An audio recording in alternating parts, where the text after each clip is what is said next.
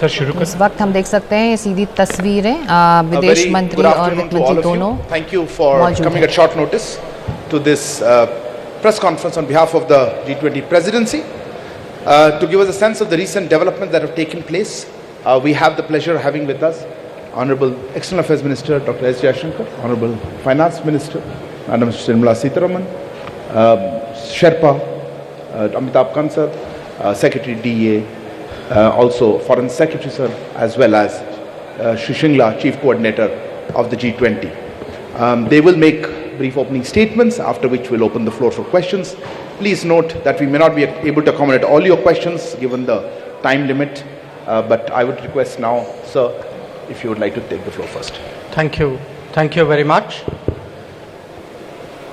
Friends from the media, it is a great pleasure for all of us to speak to you even as the G20 summit deliberations continue. You may be aware that at the start of the second session, the summit has adopted the G20 New Delhi Leaders Declaration. What I would like to do is to give you an overarching perspective of India's G20 presidency. Thereafter, I would request my colleague, Finance Minister Nirmala Sitharaman, to speak about the key outcomes from the finance track. The Indian G20 Sherpa, Amitabh Kant, will then similarly speak on the results of the Sherpa track. We would thereafter be very glad to respond to your questions and comments. The message of our presidency, as you are all aware, is that we are one earth, one family, and we share one future. This draws the entire proceedings of the New Delhi summit are in fact organized accordingly, with 3 sessions devoted to each aspect of this theme. Now, reflecting this approach, we have consciously sought to make this G20 as inclusive and broad-based as possible. It is witnessing the participation of its 20 member states, 9 invitee nations, and 14 international organizations. It is a matter of particular satisfaction for us that the African Union has this morning become a permanent member of the G20, that too during the Indian presidency. This is in keeping with the priority that we attach to addressing the urgent concerns of the Global South. You would recall that at the beginning of our presidency, at Prime Minister Modi's initiative, 125 nations were consulted to express the voice of the Global South. In terms of its organization and program, the Indian presidency, if I may say so, has been exceptional. Events have been spread across 60 cities, which are truly across the length and breadth of India. There has been a popular participation and a societal involvement of an extraordinary degree. The interest in G20 proceedings have been particularly strong among our youth. It has been an opportunity to showcase our culture, traditions, and heritage as well. The G20 has contributed to making India world ready and the world India ready. The declaration that the leaders have agreed on today focuses on promoting strong, sustainable, balanced, and inclusive growth. It seeks to accelerate progress on SDGs and has come up with an action plan accordingly. It envisages a green development pact for a sustainable future. It endorses high-level principles on lifestyle for sustainable development, voluntary principles on hydrogen, the Chennai principles for a sustainable and resilient blue economy, and the Deccan principles on food security and nutrition, among others. The transformative and inclusive role of technology has been highlighted with a focus on digital public infrastructure. The Indian presidency's proposal of a One Future alliance has also been noted. The G20 has reaffirmed the fundamental importance of gender equality and committed to halve the digital gender gap by 2030. Recognizing that the post-pandemic world order must necessarily be different from the world before it, the leaders have also emphasized the need to reinvigorate multilateralism and reform international financial institutions. This is particularly relevant to managing global debt vulnerabilities. So, as you can see, there have been many far-reaching and very consequential policies and decisions that have been agreed upon today. Keeping all that in mind, I would, at this stage, request Finance Minister to highlight the key issues from the finance track. Thank you, Jaishankar ji.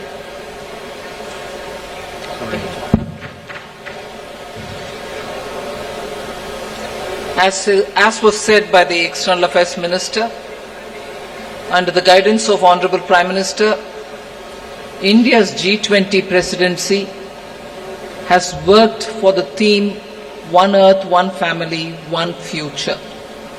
So today we are in a position to adopt, through the finance track, people-centric, action-oriented and far-sighted approach, and as a result of which several outcomes of the finance track will certainly reflect these objectives with which we started the negotiations. It has been very clear in our mind that we should ensure that no one is left behind in our pursuit of global solutions. So we have endeavored to support countries, especially those from the global south, to be an integral part of the global decision-making process. The G20, as you all know, is a very diverse group. Each country is at different milestones of economic development, and their trajectory is also very different in achieving their developmental goals. So through well-curated debates and careful assimilation of all the perspectives, the Indian presidency has crafted solutions that resonate with each member, offering a shared path forward for all. Many action-oriented outcomes of this presidency contain comprehensive strategies that cater to the unique needs and aspirations of all developing nations. We assumed the presidency at a challenging time of geopolitical tension. The Indian presidency has worked to ensure that these divergences don't overshadow the core developmental outcomes or concerns of the global community that demand collaborative solutions.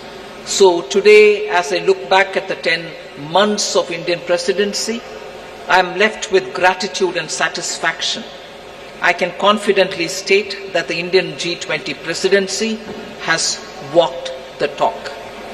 Now, let me share with you just some of the key achievements of the Indian presidency, the finance track. First one is the outcomes which are focused on strengthening the MDBs to address shared global challenges of the 21st century. So under this strengthening MDBs, there are 4 key highlights that I'd like to bring to your notice. The first one is agreement on the need for a better, bigger and more effective MDBs.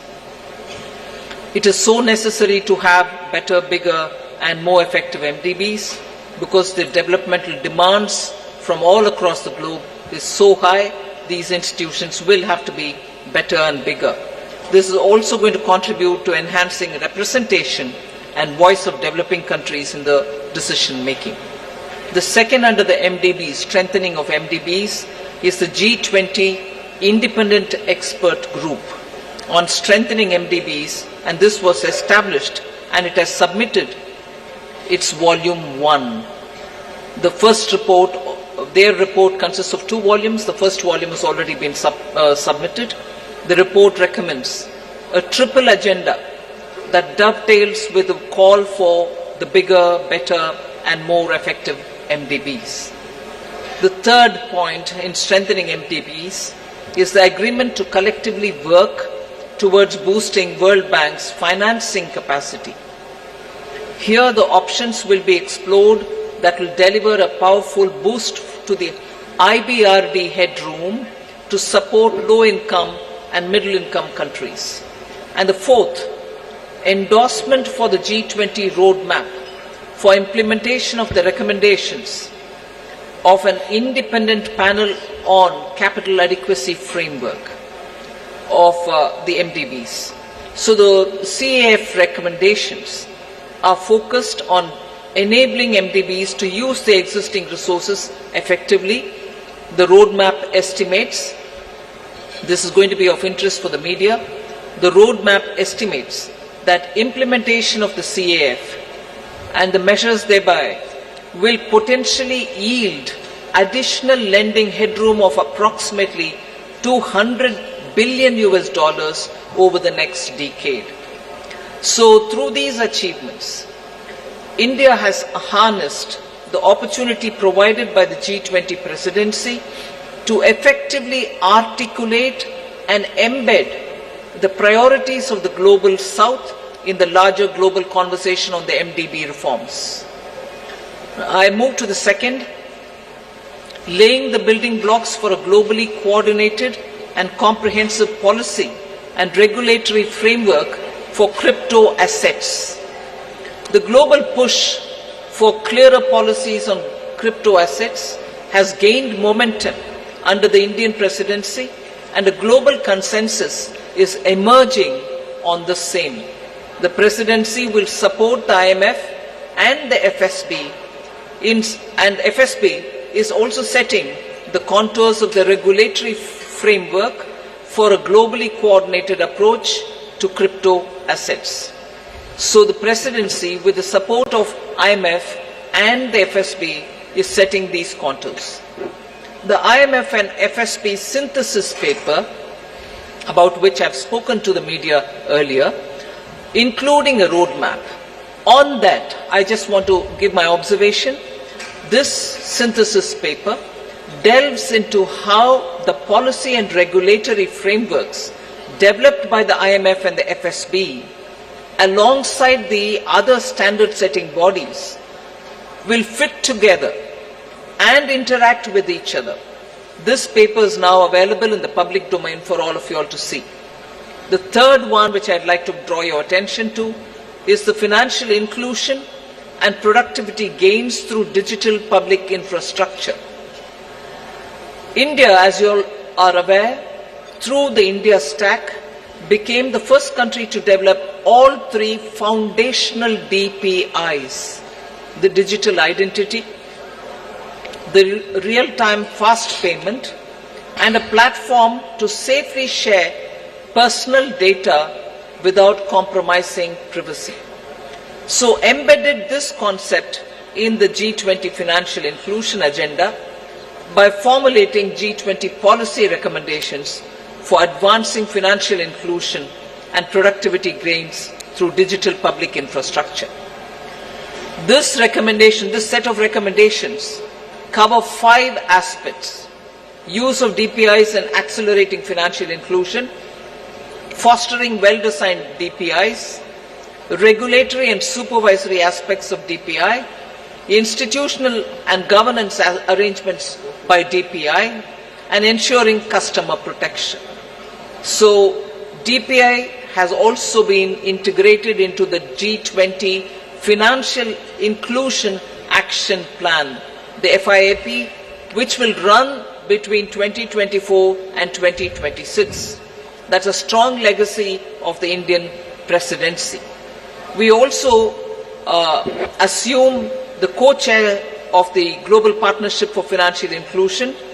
The implementation of the Financial Inclusion Action Plan, as well as the policy recommendations on DPI, will remain as areas that will continue to be heard across the G20 forum. So the fourth one, which I'd like to highlight, is the debt resolution under the common framework and also beyond the common framework. Since its establishment in 2021, only Chad as a country has had its debt restructured. The others have been waiting. So since India took over the G20 presidency, good progress has been made in the ongoing country cases under the common framework of debt treatment, and the three countries in that are Zambia, Ghana and Ethiopia. We've also succeeded in using the G20 platform to also put in place a coordinated mechanism to address the debt situation of Sri Lanka, which is outside of the common framework. So G20 will continue discussing the policy-related issues linked to the implementation of the common framework and make periodically such appropriate recommendations. The launch of the Global Sovereign Debt Roundtable, which is co-chaired by IMF, the World Bank and also the G20 presidency, to enhance the conversation among the various stakeholders and address current shortcomings in the debt restructuring process. That has now become an institution which is actually acting as a catalytic agent in getting resolutions done faster. The fifth point under the finance track, which I'd like to bring to your notice, is the financing of cities of tomorrow. Key concerns of the low-income countries and emerging markets is always been to mobilize resources for financing sustainable, resilient and also inclusive cities of tomorrow. The G20 principles which are issued for financing cities of tomorrow to promote effective and efficient use of financial resources to support urban development that is socially inclusive, environmentally responsible and economically sustainable are now all under the framework of the principles which have been used. The MDBs and the development financial institutions can use these principles in their financing plans for urban infrastructure. The sixth, which I'd like to quickly draw your attention, is the two-pillar solution on global taxation, the international taxation. We've made substantial progress in the two-pillar solution, and the work has also happened on the exchange of information on immovable property transactions between countries. There is a launch of the pilot program of the South Asia Academy in India for tax and financial crime investigation in collaboration with the OECD. The seventh, on which I'll elaborate, is mechanism to support the timely and adequate mobilization of resources for climate finance. Till date, the conversation was focused on calling on developed countries to say, where is that $100 billion US dollars, which didn't come. But Indian presidency adopted an action-oriented approach, and the G20 explored mechanisms that can support timely and adequate mobilization of resources for climate finance, facilitating access to multilateral climate funds and enhancing their leverage and ability to mobilize private capital has also been our focus. Special focus again on development, demonstration, deployment of green and low carbon technologies. Now the list of outcomes, I've pointed out 7, just 3 more which I'll not go into the detail, but you can take it as enough has been done on that. I'll also put it out for your consideration. Scaling up sustainable finance for social sectors, health and education. Technical assistance for capacity building. Then global conversation on transition policies, especially to include range of options, both on pricing and non-pricing. And the third one, enhancing finance health collaboration so as to cover many other work streams as well. So I listed out 7, elaborated on them, 3 others which have not elaborated, but on all of them, substantial progress and outcomes have been achieved. India's received tremendous support from the G20 members across the table. The outcomes of the Indian presidency are a testimony to India's commitment to multilateralism and for international cooperation. We assure the upcoming Brazilian presidency of our strong support and to continue the momentum on key issues of global importance. I now hand over back to Minister Jaishankar. Thank you, Nirmala ji. May I now request G20 Sherpa Amitabh Kant to bring out the major outcomes from the Sherpa track. Thank you, Minister. So first of all, when we started India's presidency, the Prime Minister had said that India's presidency must be inclusive, it must be decisive, it must be ambitious, and it must be action-oriented. The New Delhi Leaders' Declaration has 83 paras in all. All 83 paras have 100% consensus across all countries. There are 8 paras on the geopolitical issue which is entitled Planet, People, Peace and Prosperity. All those 8 paras have 100% acceptance. All countries have unanimously supported the New Delhi Leaders' Declaration. This is one declaration without a single footnote and without any chair's summary. This is a complete statement with 100% unanimity. This demonstrates both the Prime Minister's and India's great ability to bring all developing countries, all emerging markets, all developed countries, China, Russia, everybody together on the same table and bring consensus. Secondly, this has been the most ambitious presidency in G20's history ever, because the number of outcomes it has, both the outcomes and the annexed documents are about 112, which is more than 2.5 times which has ever been achieved before. Thirdly, this presidency, if you go through the New Delhi Leaders' Declaration, it has a huge India narrative, it has a huge India footprint, whether you look at the Deccan high-level principles on food security, whether you look at the Chennai high-level principles for blue ocean economy, whether you look at the Goa roadmap for tourism, whether you look at the Gandhinagar implementation roadmap for land restoration or Jaipur call for enhanced MSMEs, all this will leave a huge footprint of India in G20.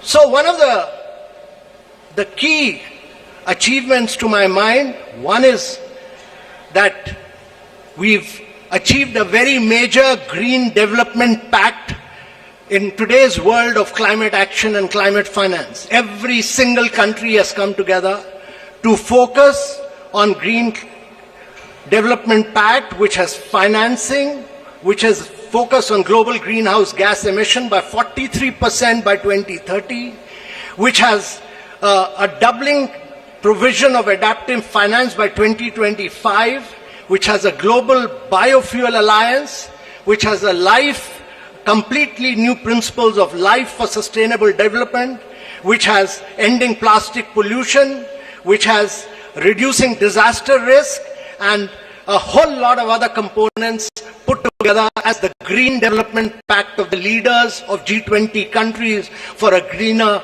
world of tomorrow. Secondly, there is a huge focus on accelerating progress on sustainable development goals, because the COVID had hit a vast segment of our population. There's a G20 action plan to accelerate progress on SDGs. There is a huge focus on education, health, nutrition. There's a huge focus on creative industries like culture as a transformation for SDGs. And there is a huge focus on inclusive and resilient growth in this entire things, most of which the finance minister has spoken about, so I'm not talking. But I think one of the biggest achievements of this New Delhi Leaders' Declaration is what we've achieved on women-led development with a massive focus on women empowerment and gender equality. And this focuses on reducing labor force participation gap, bridging the gender digital divide. There's a huge focus on gender inclusive climate action. There's a completely big focus on women's food security, nutrition and well-being. And we've created a new working group on empowerment of women, which Brazil will carry forward. There's the next key big focus has been on technological transformation and the digital public infrastructure. Before we started our presidency, there was a vacuum on the digital world. There was no definition of digital public infrastructure. There was no framework. Both the definition and the framework has been accepted by G20, and for the first time, there is a new financial architecture for digital public infrastructure. There is also a global digital public infrastructure repository. There's a huge new focus. For the first time in the world, the G20 leaders are focused on artificial intelligence. They are focused on cyber security. Also, I would say that one of the key aspects of this presidency has been its focus on developing and emerging markets. No document of G20 has had such an immense focus on developing and emerging markets and the voice of the global south as this particular document has. This is a document of the global south. This is a document of the developing countries which came together and spelled out their priorities. And India has been the spokesperson of all the global south and spelled out their priorities in this document. This document also condemns terrorism. It denies terrorist groups safe haven and freedom of operation and many other things. But let me assure you that for the planet, there are several new initiatives on climate and health, and this has been an inclusive G20. This has been a very a G20 where the leaders give a direction to global agendas, and this has laid the foundation for very bold action. But more than anything else, it has amplified the voice of global south. It has also demonstrated that India has a huge capacity of bringing the world together and leading the world in developmental and geopolitical issues as well. So thank you very much, ladies and gentlemen. Thank you, Amitabh. Following up on my colleagues, let me add a few more remarks. While noting that the G20 is not the platform to resolve geopolitical and security issues, the leaders recognized that they can have significant consequences for the global economy. In particular, they dwelt on the ongoing war in Ukraine and the impact it has had, especially on developing and least developing nations still recovering from the pandemic and economic disruption. The 3 F's, food, fuel and fertilizers, were issues of special concern.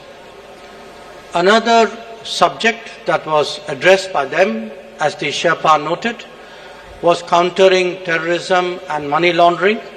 The leaders condemned terrorism in all its forms and manifestations and recognized that it constitutes one of the more serious threats to international peace and security. So, in conclusion, as you can all see, all G20 member states have come to New Delhi with a strong sense of responsibility about addressing the most pressing global challenges.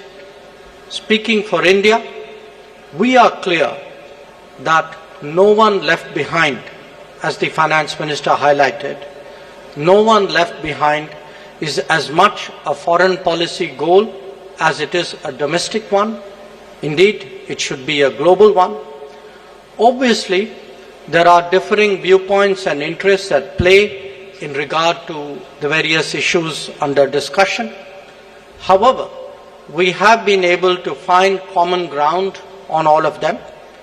As a result, we can justifiably state that under Prime Minister Narendra Modi's guidance, the New Delhi summit has given clear directions for the growth and development of the global economy in the years ahead, we would be glad to respond to your queries. Thank you.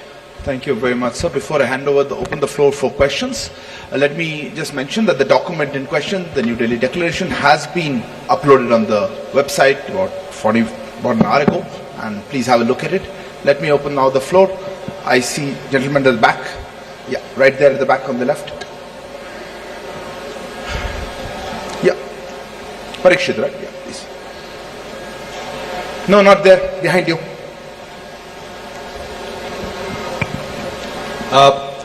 One question to...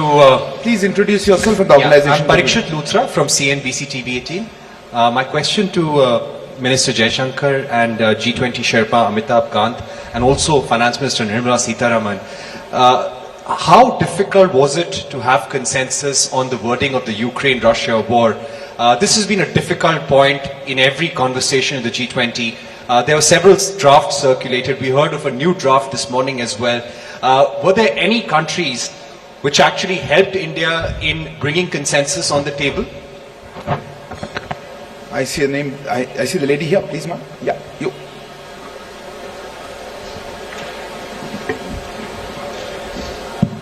Ma'am, good afternoon. My name is Ruchi Bhatia from Bloomberg News. The Ukraine paragraphs also mention about the work that Turkey did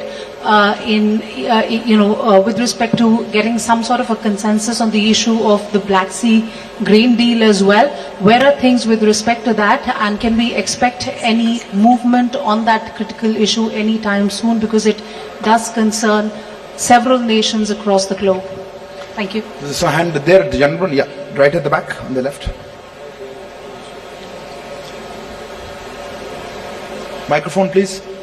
Yeah, it's working. This is Manas Pratim Bhuyan from Press Trust of India, PTI. In one of the paragraphs referring to the Ukraine conflict, it is mentioned that there were different views and assessment of the situation. So, how do you explain this line about having differences on the Ukraine crisis? The question to Foreign Minister or the G20 Sherpa. Gentleman here. Hi, this is Ashish Singh from the Geostrata. Going forward, how will we see action for climate-related adaptation financing for the Global South, especially with India being part of the Troika? Thanks. We'll take one last question there. Yeah, there. Yeah, the lady there. I'm sorry. Behind you, right at the back.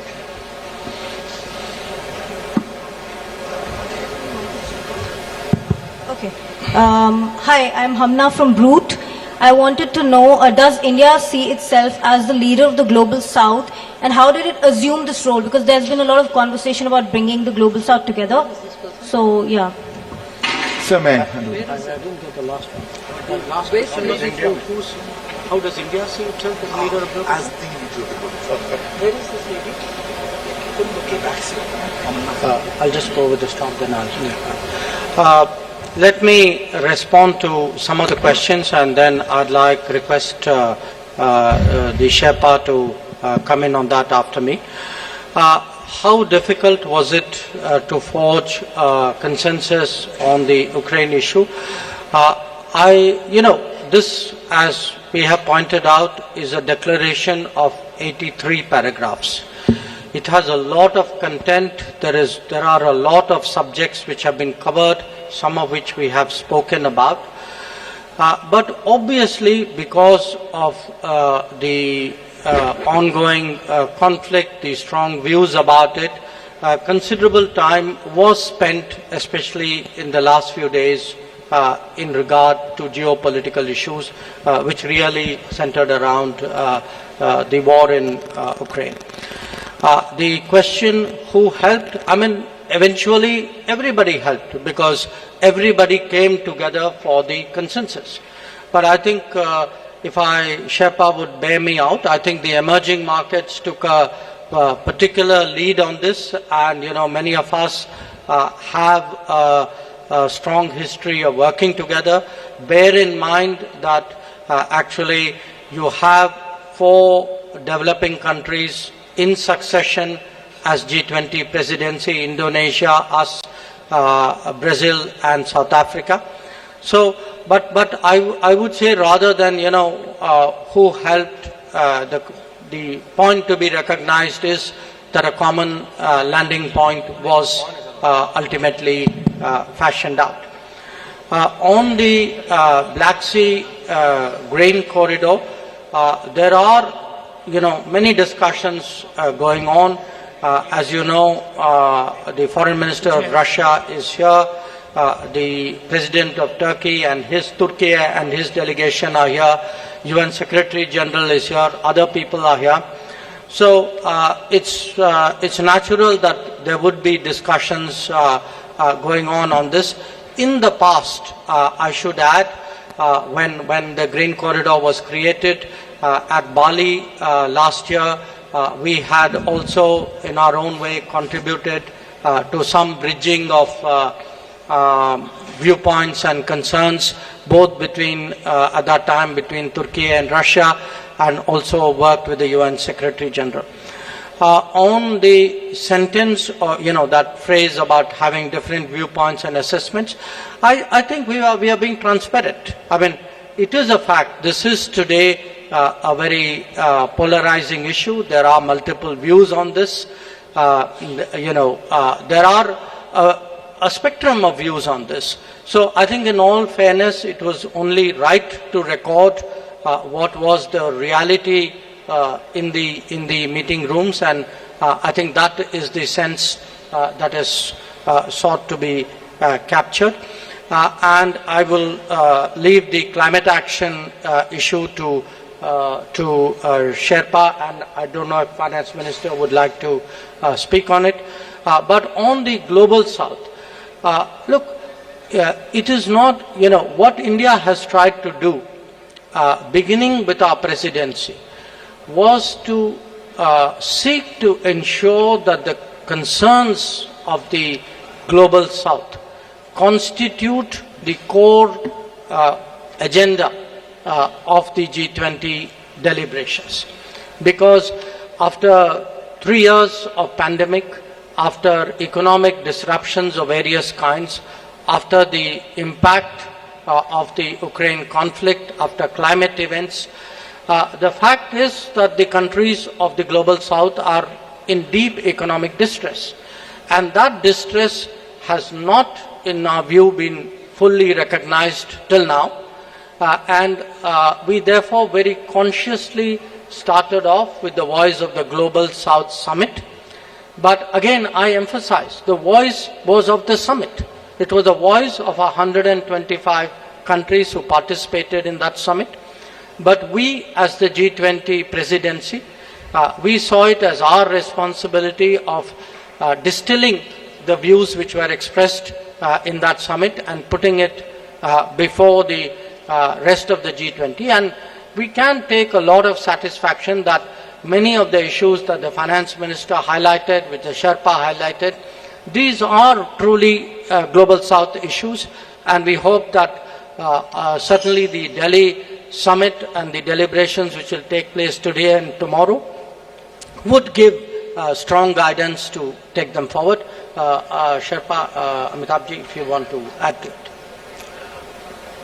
On the Russia-Ukraine crisis, India worked very closely with Brazil, South Africa and Indonesia.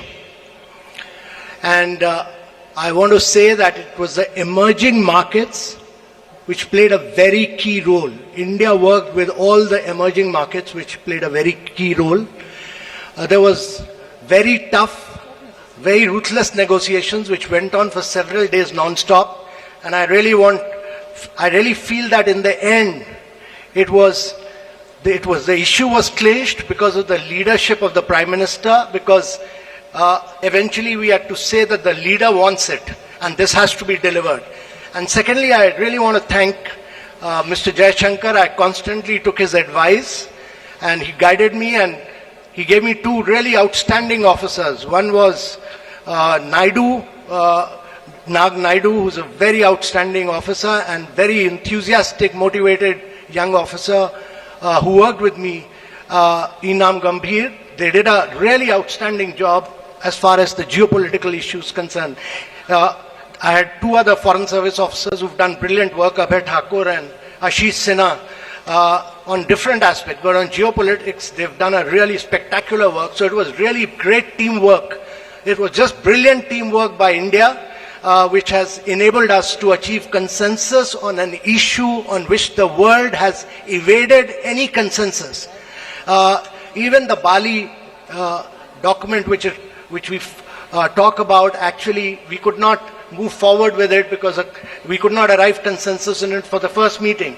And on climate, let me tell you that this is one of the most ambitious document on climate, because it talks about almost 5.9. It moves first the language from billions to trillions, and secondly it talks about 5.9 trillion requirement for the presidency and for the G20 countries. And it lays a huge focus on life principles. It lays a huge focus on reforms of the multilateral institutions, because they were designed for the World War II and not for climate action. So all of these, it talks about new financing instruments, many other things, but in totality, if you look at it, it's probably the most vibrant, the most dynamic, and the most ambitious document on climate action that has come out anywhere. Finance Minister. Just to add one line on the climate finance matter, the question was raised whether mitigation is being dealt with or not. It deals with the mitigation, all right, but it also looks at adaptation and resilience. I think now the debate on climate finance is also moving much more into resilience, whether it is infrastructure or planning for it or funding. Resilience takes precedence. That is one. And second, country-specific solutions are now going to be possible. It's not going to be one size fits all. The problem of each country, particularly on climate, is so different from one another. So this Delhi Declaration and also the discussions which were held during India presidency has focused on that. And thirdly, pricing and non-pricing tools are also now available for countries to adopt. It is not just going to be price it if it is carbon intensive and forget the others. Countries do demand pricing as one of the tools, but non-pricing solutions are also going to be a lot more friendlier to countries with different carbon emission levels. Thank you. Thank you. I'll open there's a lady here. Yeah, please. It's okay. No, ma'am, the microphone's already there. Yeah, go ahead, ma'am. You have the microphone.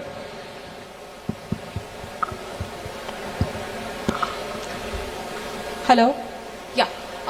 Good evening to the panel. This is Priyashmita. I'm from Informist Media. My question is directed to ma'am.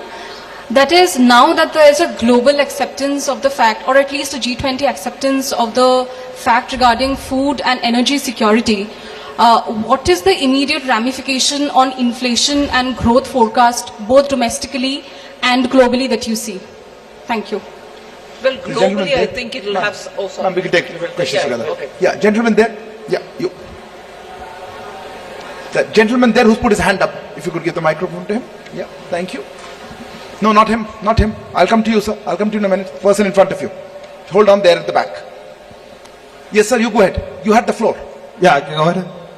No, not you, sir. Okay, since you have the microphone, go ahead. Go ahead. I don't want to waste time. Go ahead. Hi, Stephen Borwick of Nikkei Asia. My question is for Foreign Minister Jaishankar. Is today's achievement a step towards achieving what India has described as a world of greater multi-alignment, as opposed to the more old-fashioned sense of an international rules-based order? Thank you. Yes, sir. You had the microphone. Go ahead. Is the microphone on? Yeah. Thank you very much. I just wanted Minister Jaishankar. Please introduce yourself. Dr. Wail Awad from Sana, correspondent in India. Mr. Jaishankar, Honorable Minister, when you talked of the counter-terrorism measure, how serious was the members of the G20 and fighting terrorism together? Thank you. Yes, ma'am. You had a hand up quite some time. Yes, you right here, second row.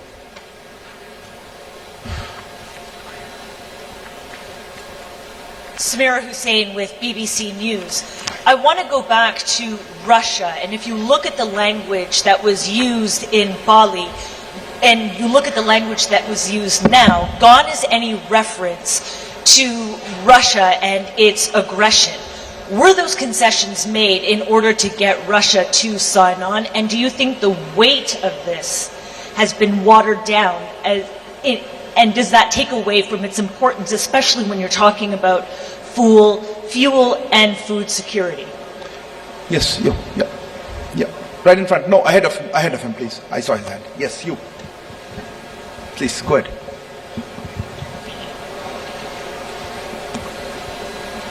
Hello. Yeah, sir, Rishikesh from the Press Trust of India. Everyone must surprised by this outcome.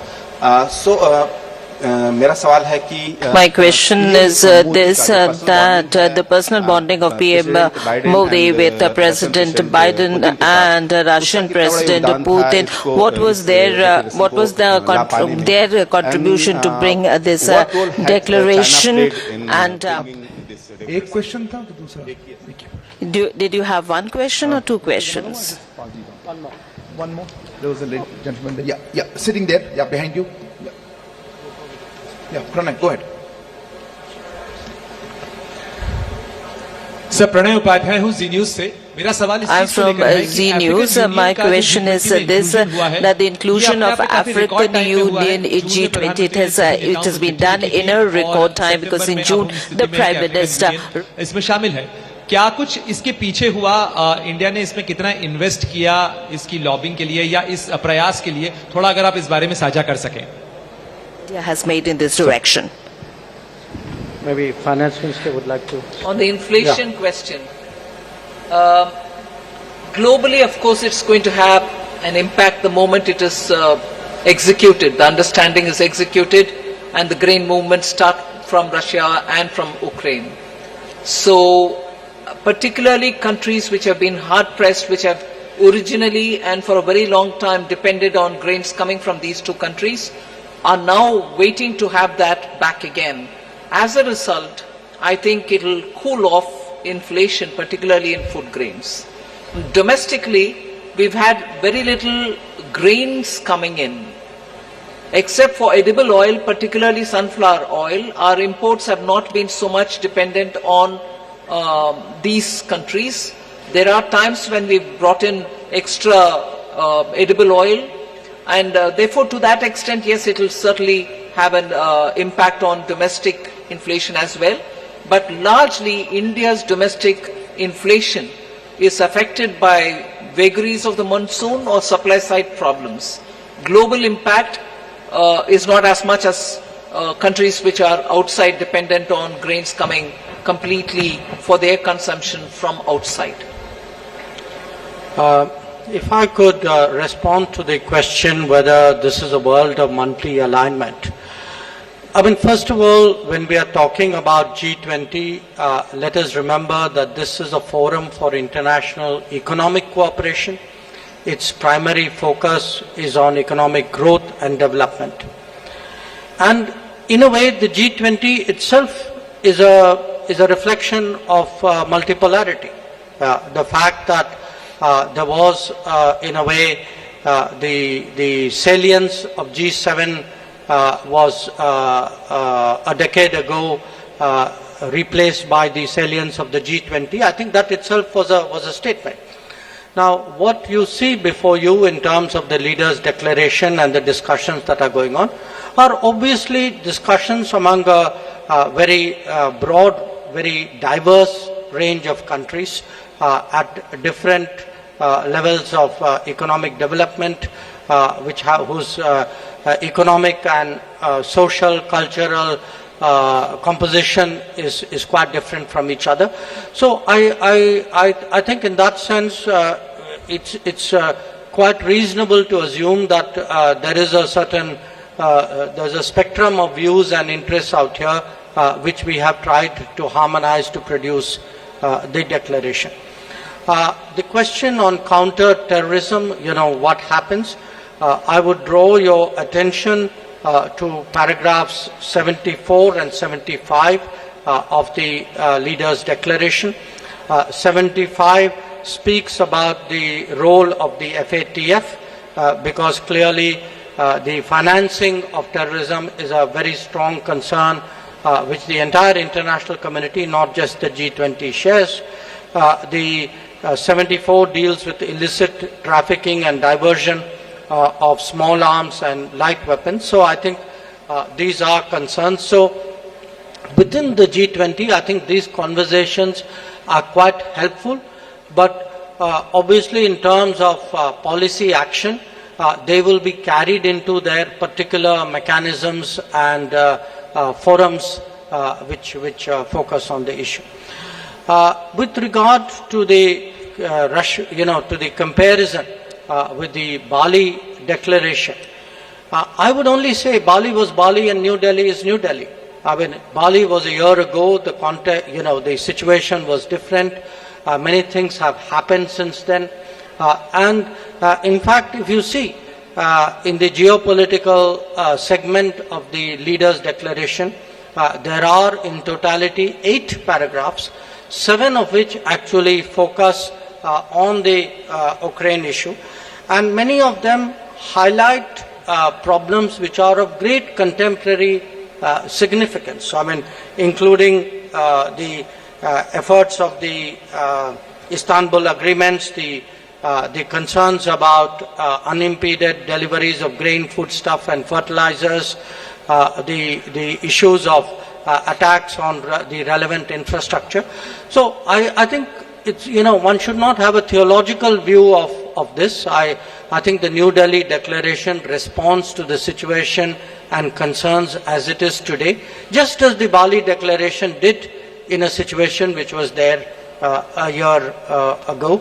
And finally, with regard to the your question was about PM's personal bonding. Today, in fact, not just today, yesterday, and in some cases at the Jakarta East Asia Summit as well, where the Prime Minister was there. Prime Minister did speak to a number of his counterparts with regard to what was under discussion at this summit.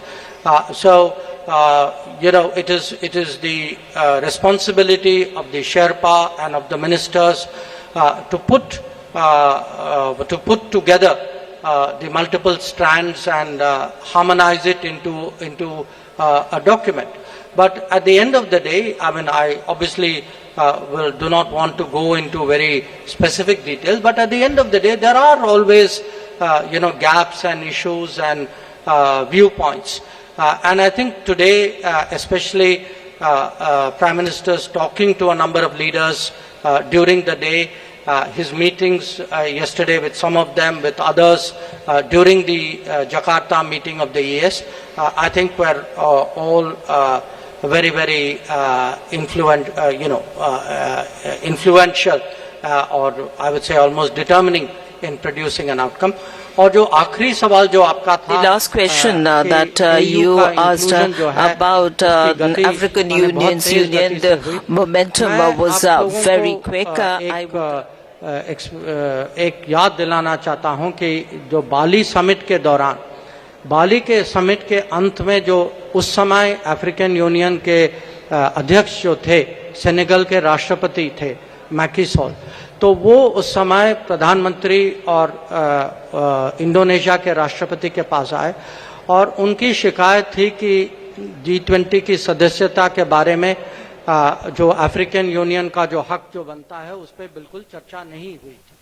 तो उस समय प्रधानमंत्री जी ने उनको आश्वासन दिया था कि भारत के that point in time that under G20 presidency it will certainly be done, and this is the guarantee of Modi, and you have seen that he has delivered this assurance that he had made, and during BRICS summit the Magnus, the then president, came to the Prime Minister and said that you had he reminded him that you had assured us and you really impacted it. Last year in Bali, the president of Senegal, Macky Sall, All right, that was interpreted. Thank you very much for saving me in the trouble. Would you like to add something on any of them? Is there? So we'll take a few more questions, or I think one last. Okay, one. I have a gentleman here. Yeah, go ahead. Microphone here with the gentleman in the front row. This is Nikhil from the BBC. The question is for the Finance Minister. You said that the G20 now has its own mechanism on climate finance. So does that mean that the $100 billion promise from the West or the developed countries is pretty much dead now? One more question. I had a hand somewhere here on the right. Yeah, that's the gentleman. Yeah, you, please, go ahead. Piche, right there. At the back, please, at the back. The gentleman there? Hi. No, it was the gentleman here. Yeah, you. Yeah. No, not there. You're behind you. Okay, if you've got the mic, just ask. We can't waste. This is Mithil from NBC News. I wanted to ask two questions. One question, please. Okay, one question. The absence of President Xi Jinping at this summit, does India see this as a snub towards Prime Minister Narendra Modi, especially with the border issues, as well as President Joe Biden? You have the microphone. You're next. So I'm Sahil from ANI News Agency. So what kind of framework can be expected regarding crypto assets among the G20 nations? What assets? I saw one hand. Yes, gentlemen. Yes, sir. Here. You have the microphone. Right. What kind? Could you just have that question? Could you ask the question again on the crypto? I think your question was. Yeah. Yeah. Could you repeat that, Minister? Ma'am, they could not pick it up. What kind of framework can be expected regarding the crypto assets among the G20 nations? Crypto assets framework. And in addition to that, ma'am, supplementary question that since we have a consensus on making common framework on crypto assets, and G20 presidency will work with FSBC and what is IMF your question, please? But the joint report of FSBC and IMF says that banning a blanket ban on crypto assets is not a solution. So my question is that is there a consensus on just to regulate it or ban it completely? Okay. You, last question. This is Matish Yudin from Climate Home News. You said this is the most ambitious document ever on climate, but India was pursuing an expanded language on phasing down fossil fuels, while the final declaration basically goes back to just phasing down coal. Are you disappointed with this outcome? So I think we're running out of time, and I'll close here with that. I do think we're out of time. So I think we're running out of time, and I will hand over the floor to ma'am. I'll start with the crypto. Well, it's really heartening that you've gone through the report. But the point is, the FSB's report and the IMF's report, FSB's concentrated more on the regulation, and IMF's looked at the macroeconomic implications. So the synthesis paper is something which the G20 membership will go through in detail. There is one more meeting under our presidency for the finance track in Marrakesh. I remember with great sense of responsibility and sorrow the earthquake which has happened very close to Marrakesh. I hope the people of Morocco are in a position to take on, and I was glad to hear the Prime Minister during this session in the morning that India stands with Morocco and we will be ready to do any assistance that the government of Morocco would desire us to do. So with that said, with a heavy heart, the next meeting was scheduled for Marrakesh, and there the FSB report and the IMF, which is the synthesis report, will be discussed, and the materials are all already available in public domain. So it is for the membership to take a call as to how it wants to move on it. A framework or a template, whatever be it. I don't think we've given it a name as yet. And also to now discuss whether it is going to be a regulation only and not a ban. I'm not getting into that debate. It is the reports, the synthesis, and also the early IMF report, both of which have been discussed. You're right in saying this report says this. It's up to the G20 membership to take a call on how it wants to move forward. And that you'll get to know more during the autumn meet of the World Bank. There was a question on climate finance. I don't think it is a question of, are you writing off this 100 billion which was promised earlier, and now that you've come up with a newer way of funding climate? I don't think it is this or that. Whatever trickle had come earlier of the 100 billion, or what it can come now through the private partnership or bringing in philanthropy or anything else, can keep going on that. But the fact remains that now the larger discussion has brought in very many more elements of how to finance. So both will have its own role to play, because climate issues attain great sense of urgency. Would you like to speak on? So on the fossil fuel, I'll like to say that if you read through the entire document, it's very, very ambitious. First of all, for the first time, G20 has talked about tripling of renewable energy capacity by 2030 globally. Secondly, this is the first document which talks about, which has very huge focus on fossil subsidies. And thirdly, this is the first time that there is a huge focus on billions to trillions of dollars in climate finance.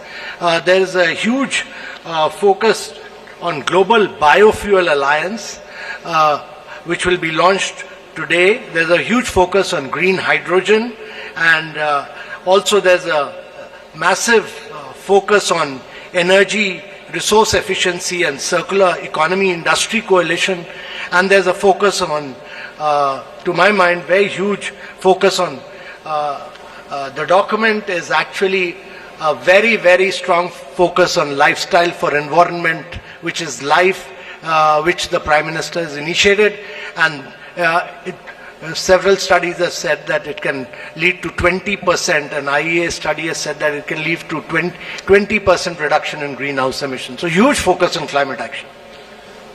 So let me conclude with the last question, which is the levels of participation. I think it's for every country to decide at what level they would be represented. I don't think one should overly read meanings into it. What I think is important is what is the position which that country has taken, how much that country has contributed to the deliberations and the outcomes. And I would say here that all the G20 members, and since the question was asked specifically about China, I would say China as well, that China was very supportive of the various outcomes.